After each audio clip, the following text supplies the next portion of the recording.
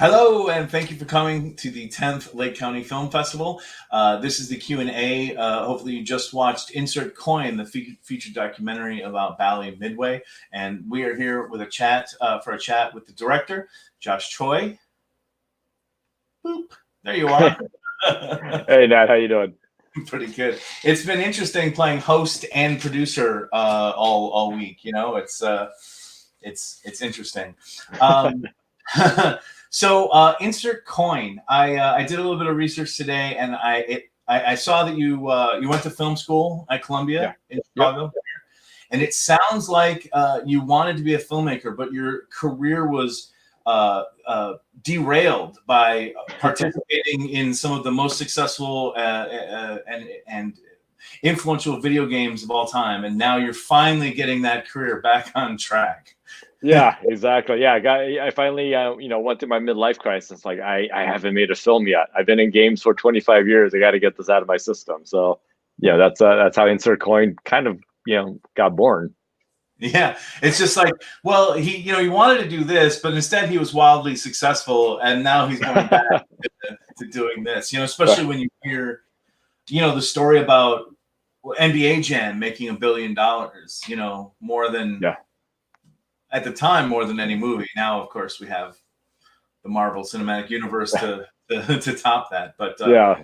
Yeah. But this is like a quarter at a time, which makes it even more bonkers, right? yeah, definitely. It's just funny to see somebody. This is like your Michael Jordan playing baseball. Like you did the you did the Wow. successful thing. Now movies.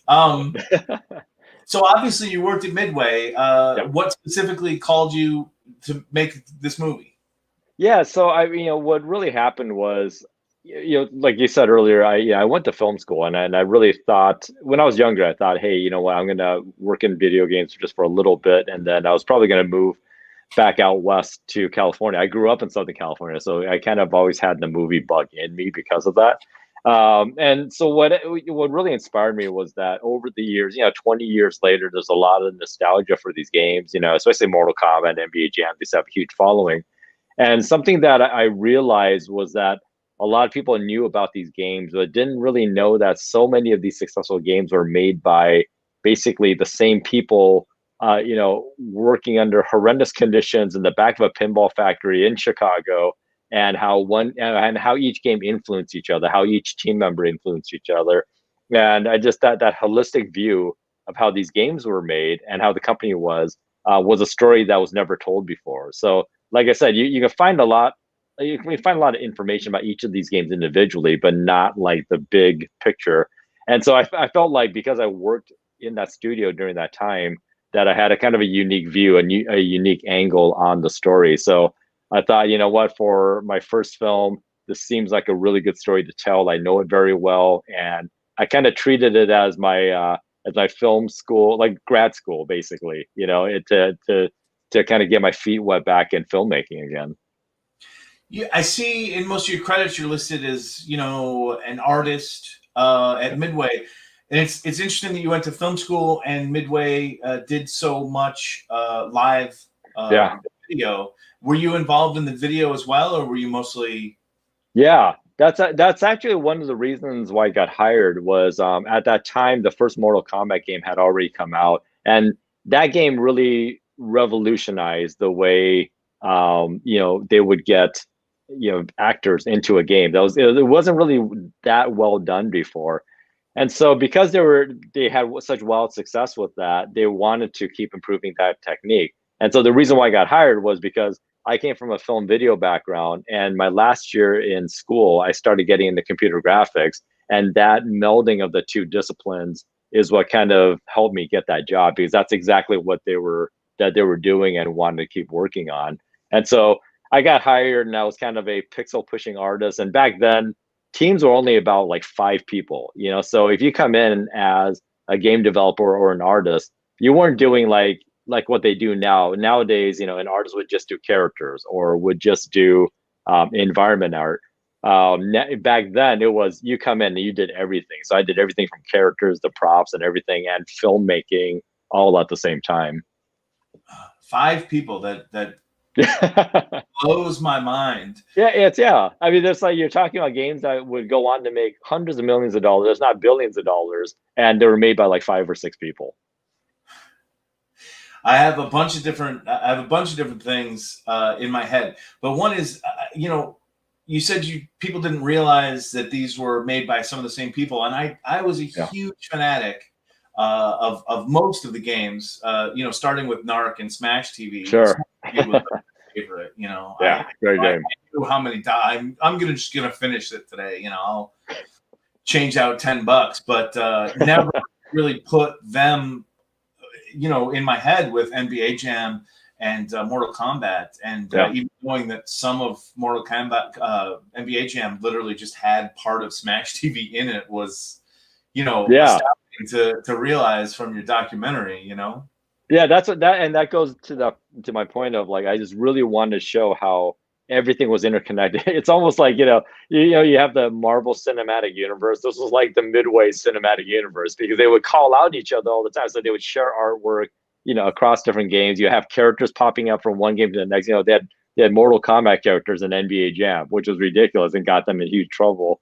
But that was it wasn't like, hey, these guys just made these games and that was it. I really wanted to show that everything came from somewhere else, and a lot of it came from this crazy genius game developer named Eugene Jarvis, who was a pioneer in the 80s and through the 90s and even now in the 21st century. Everyone knew NBA Jam and Mortal Kombat because they had the characters in there, but I Yeah, never connected them to the first generation of the FMV. I never connected them to Smash TV and Narc, and I just didn't ever think about it. I keep track of directors and bands and record labels yeah. and movie studios, and I just never paid attention to that for some reason.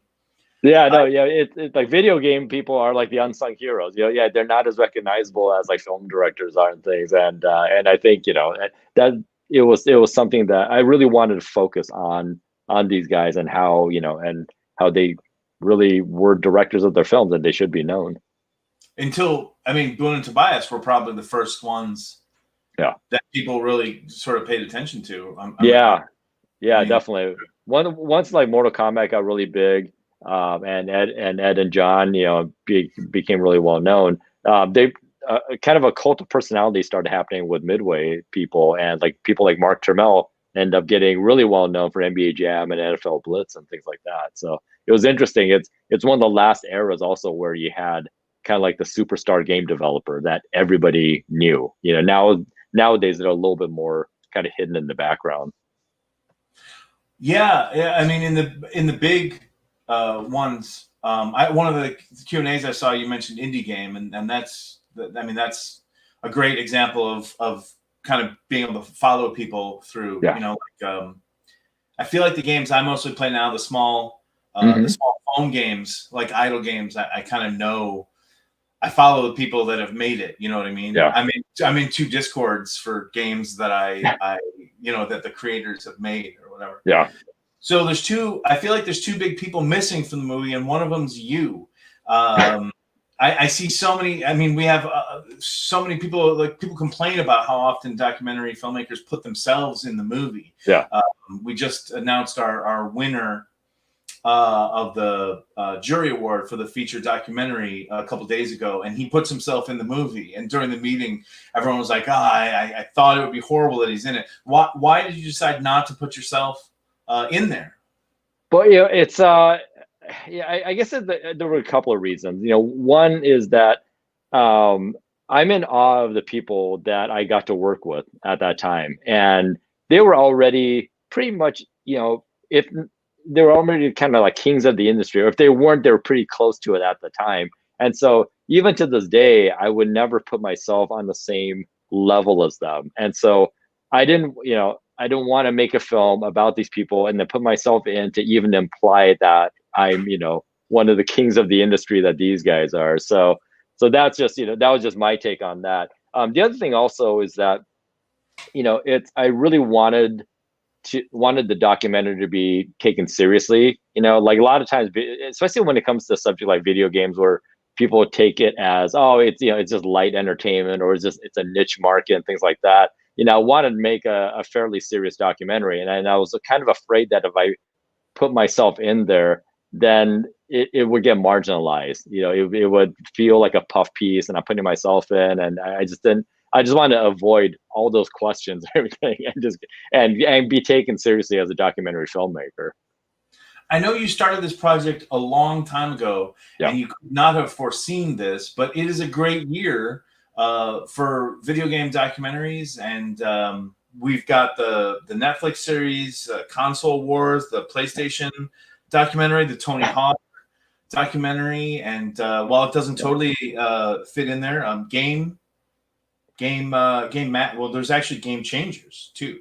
Yeah. There's Yeah. only 6 majors, but then there's another one I saw that was really cool called Game Masters, which is about people that design board games. It's a good year for fun documentaries, Yeah, no, I don't know. I don't know how that happened, but it is. I'm kind of glad to be riding this wave. And there's some really good stuff out there. And I just think that I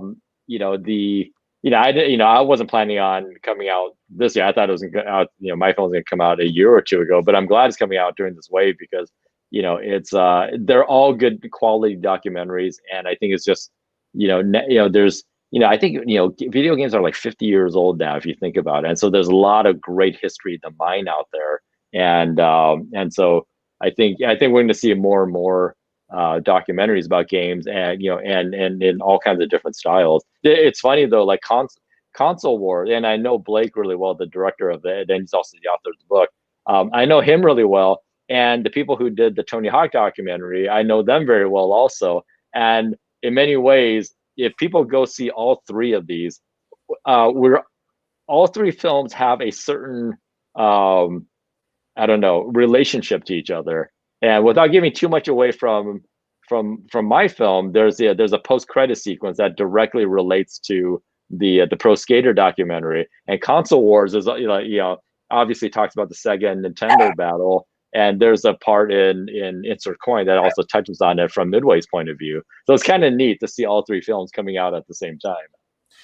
You told the Tony Hawk story in something I watched today, and the first time I watched Insert Coin, I watched that a second time today. And the first time I didn't stick around through those credits, so great to see. I was like, "Oh yeah, cool. I'll get him to tell that story," and then it was in the closing credits. I was like, "Okay, cool." If you missed the closing credits, go back and watch it again. A lot of independent filmmaking is struggling to get the work in the can, struggling to get the shoot in the can, finding the people, finding the materials. I'm assuming, and I've heard that you had no problem finding plenty of material to use. Yeah, it was it was an embarrassment of riches. And and I think a lot of documentarians run into this problem, which is killing your babies. Like there was so many storylines, so many different directions I could have went into. And I still remember staring at the 4-hour version of the documentary thinking, God, maybe I should just turn this into a series because I just love all these segments. But I really had to discipline myself and just make sure it gets whittled down. I really wanted to do a feature. I didn't, I love docuseries a lot, but it was one of those things where I want to hit a more broad audience. I think if I made this into a 3-hour, 4-hour series, it just would have felt bloated and felt more like an encyclopedia than an enjoyable film. But yeah, there was a ton of footage that I got very lucky on. The old vice president of production at Midway, he went and rescued literally a room full of archival tapes that were all going to get thrown out when Midway went bankrupt and was sold to Warner Brothers and other entities. And so he, gave me great access to all of his footage on top of my own personal stuff. And so, yeah, it was, it was a ton of things, and I think I interviewed probably twice the amount of people that actually gets featured in the film. The next tough thing is trying to figure out what to do with all this extra footage. I might have some fun with that later on.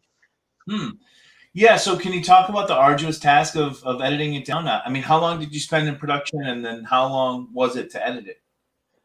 So actual production was probably yeah, it's probably about a year, maybe a year and a half, and then the rest of the time, off and on, was probably like 2 to 3 years of just editing everything together. Now, with that said, there were certain times where, because this film, it was kind of like my passion project, so I did a lot of the work on the film myself, um, and so that in itself is a good and bad thing, because and I totally believe this, in that directors usually should not edit their own films, and I do think that's a very good idea. But in my case, I felt that there were certain things that I really wanted to make sure I hit, but because as a fairly new filmmaker, I wasn't sure how to get these ideas out of my head. So I really wanted to take the time until I can do that, and not just hand it off to somebody and hope somebody does it. Um, but basically, almost 3 hours of post production was really crafting out the story, editing it, as starting off as large as possible, start whittling it down. And there was just a ton of decision makings, and it was everything from, is this story compelling, or am I saying the same thing twice? And there was just all these different questions I had to keep asking myself as I was cutting things down, down a lot. And I think one of the things that, I started off the film when I edited it as every game that Midway made during that period had its own segment, and so it was in chapters. And then so I started editing that way, and then the way I would chop it down is, does this chapter say the same thing as this one, or is or is there a way of combining the two? And I just kept. It was almost like animation. When in animation you work in extremes, you have the beginning and the end, and then you work in the middle, and then from that middle to the end, you work in that middle, and so on. And so that's how I kind of approached editing. Was I kept cutting things down, combining storylines where I needed to combine, take out whole segments that might be repeating the same stories, and on until I got it down to the 102 minutes. It really like just sails by, and it doesn't feel like literally anything extraneous. Wow, nice. I mean, but then it makes me want, like, it never drags.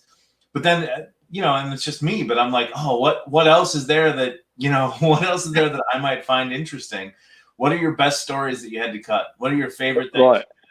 But so I think, there were a lot of them. I think that my favorite one that I had to cut, and it was excruciating, was there was a game called WWF WrestleMania, the arcade game, and a couple of reasons why that was so excruciating. One is that was the first game I ever worked on. So so the NBA Jam team had just finished NBA Jam, and then because of its success, they wanted to go make a wrestling game and to get the WWF license. It was WWF back then, not WWE, and so that was an incredible story, because at that point, Midway was on a roll. They had, Mortal Kombat was massive, NBA Jam was massive, and so, like, if we went to the WWF and told them we wanted to work with them, they would say yes, absolutely, because we were the Midway people. It was the Mortal Kombat people, NBA Jam people, and so we had wrestlers come in back in the day into the studio. And granted, you gotta remember, I was a young kid. This is my first job, and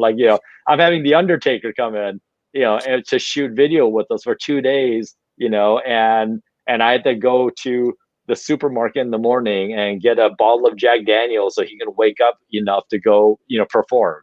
Doink the Clown came in, Bam Bam Bigelow, all these like crazy iconic '90s wrestlers from the WWF, and and it was an incredible story because again, like the really famous people wanted to work with us. They would come in, spend days and days performing. We would go out partying with them afterwards. We would go to wrestling matches and everything, and it was a lot of fun. And the reason why it got cut out was it ended up telling the same story as this other game called Revolution X, where Aerosmith came to Midway, and it was kind of the same idea, and so I had those segments kind of back to back with each other, and I wanted to keep them both in, but they came down to, it's almost like a Sophie's Choice thing. I had to, one of them had to go, basically.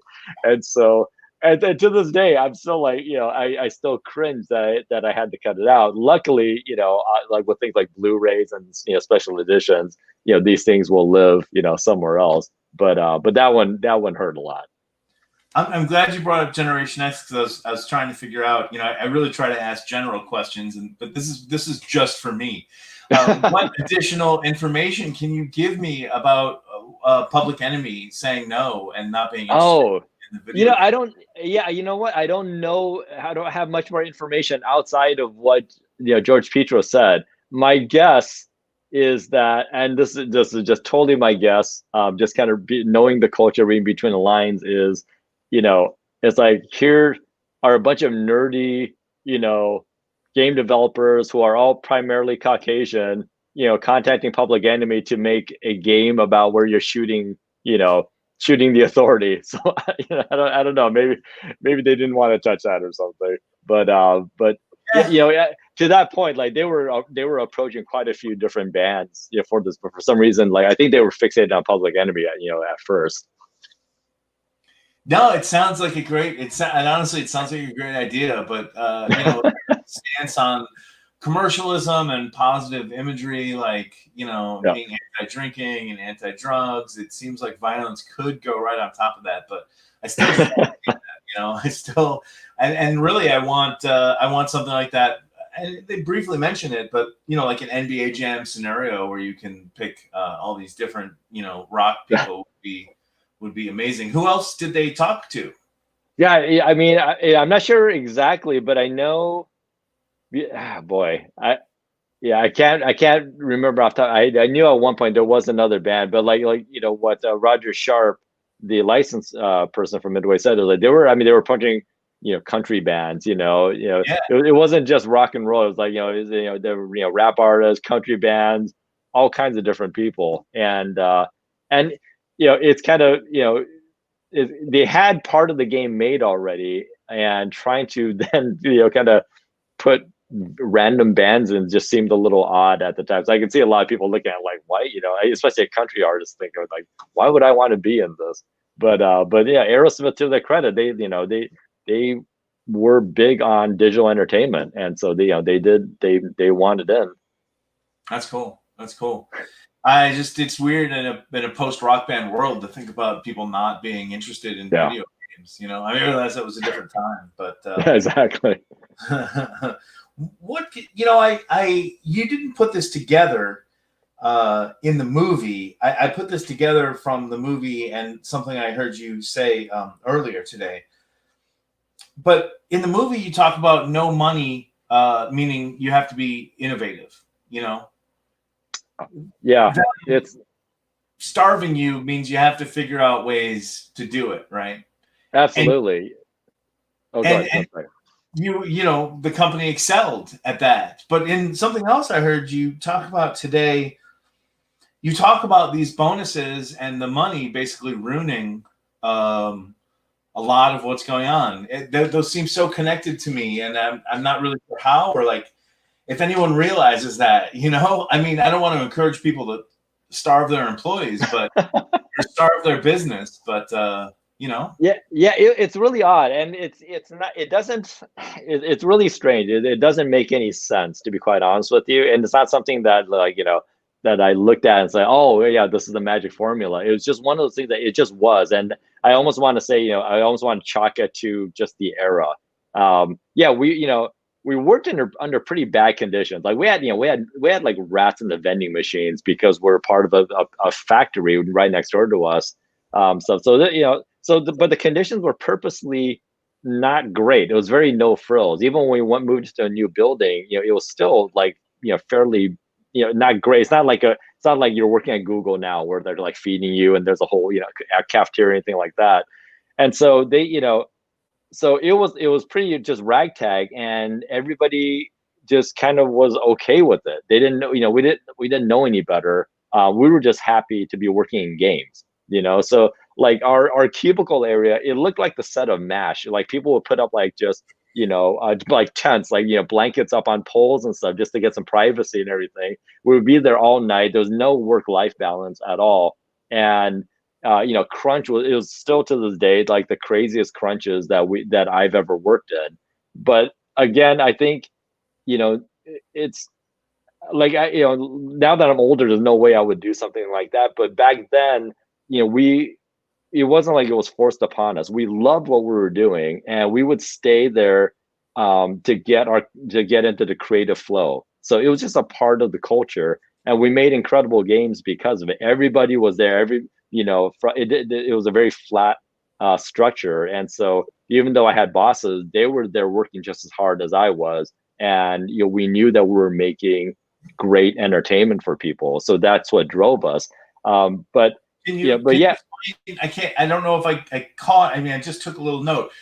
yeah, What do you feel about the downfall? I mean, I know it's yeah. mentioned briefly in the movie, but what can you add on top of that So about the yeah, downfall being too much money or? yeah. And that's a weird thing about it was that we worked under these like crappy conditions stuff, but there were the Midway was one of the few companies that gave royalties to people, and they would dangle money in front of people to entice them, but also make them competitive against each other. And so people made a lot of money off these games, and it what ended up happening was that once some really big money started coming in, now people only wanted to work with certain teams, let's say.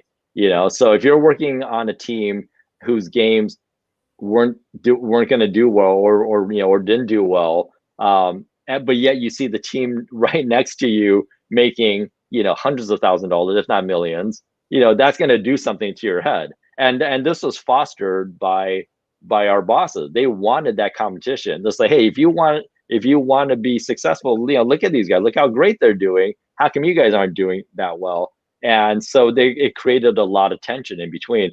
And when before the money became really big, there were incentives, but people weren't as I don't want to say backstab, but they weren't as like as vicious as they were later on. And so then you get moments where hey, you know what, that fighting game is doing really well. Why don't we do a fighting game?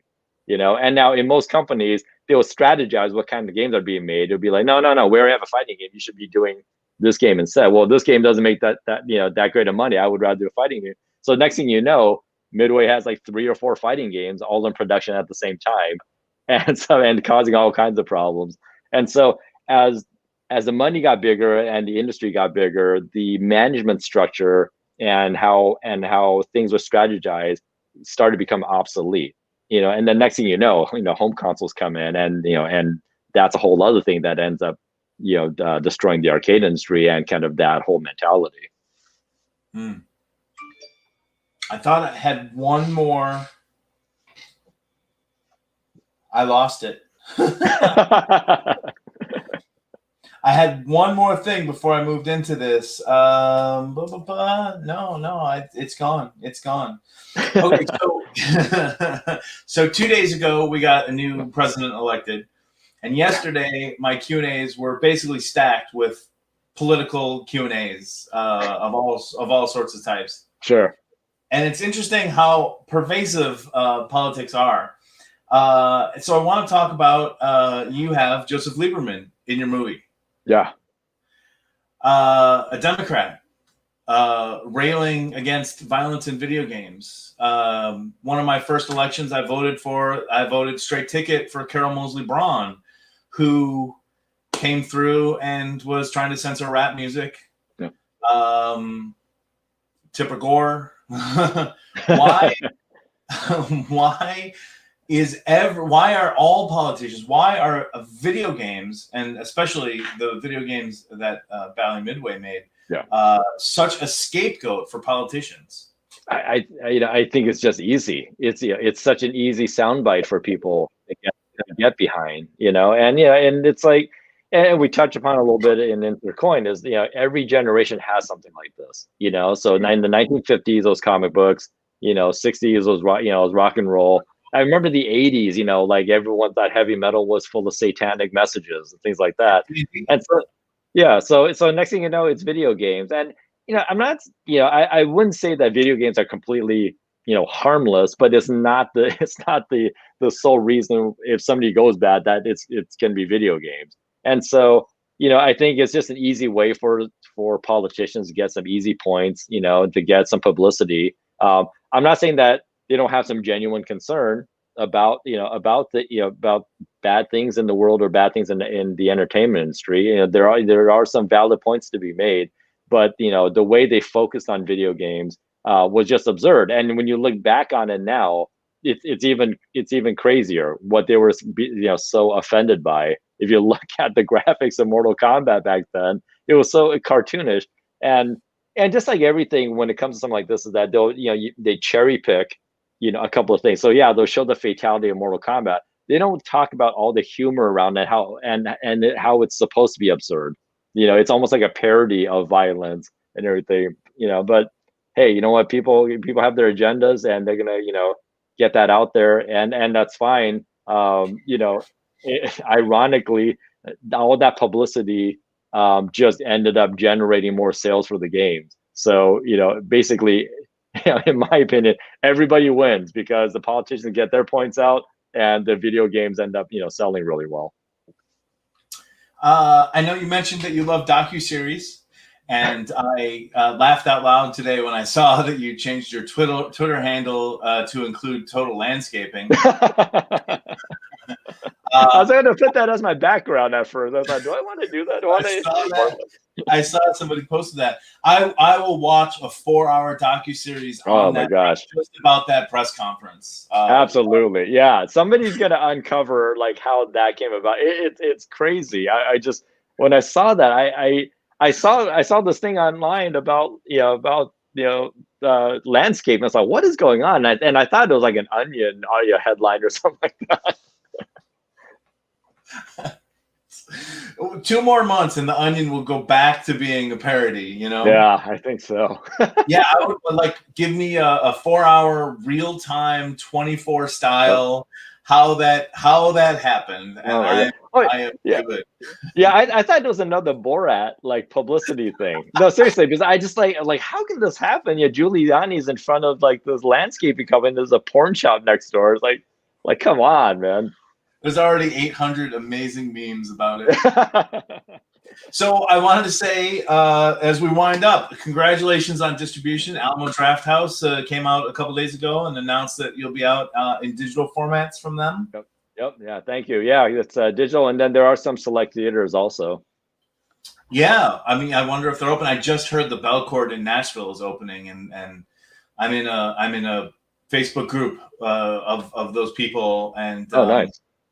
It was like, why? I mean, we're at the peak. We're the highest we've ever been. What's going on? And I should say, you're going to be playing in theaters, in a theater, I guess, Saturday at the Lake County Film Festival in Lake Forest. I believe there's still a few tickets left. They have a 300-seat theater, and they are reduced because of COVID restrictions to 25 people, which is fine with me. I mean, the less you spread it, the better. And that's what this industry has to figure out is we've built around smashing people together to watch a bunch of stuff at once, and we need to just completely get away from that. Do you want to talk about your physical Blu-ray plans? I know that you've got you had a Kickstarter, so you're pressing Blu-rays. Do you want to talk about your extras? Yeah, definitely. It's the so we have a Blu-ray of the film, and it's going to have the extras that didn't make it in, or rough cuts of some of the segments that didn't quite make it in. And so that's one of the nice things about killing your babies is that you kind of resurrect them in the bonus section. But there are about, and I lost count, I want to say about 10 segments that are going to be included on the Blu-ray that people can take a look at, and it expands on a lot of what's in the film already, but then there are whole new segments in there that such as the WrestleMania piece and some more Mortal Kombat pieces in there. So super happy to get that out, and that'll be available on the website for the film, insertcoindoc.com, and then online stores such as Amazon and other places. But if you go to the website, you'll be able to get see all the links for that.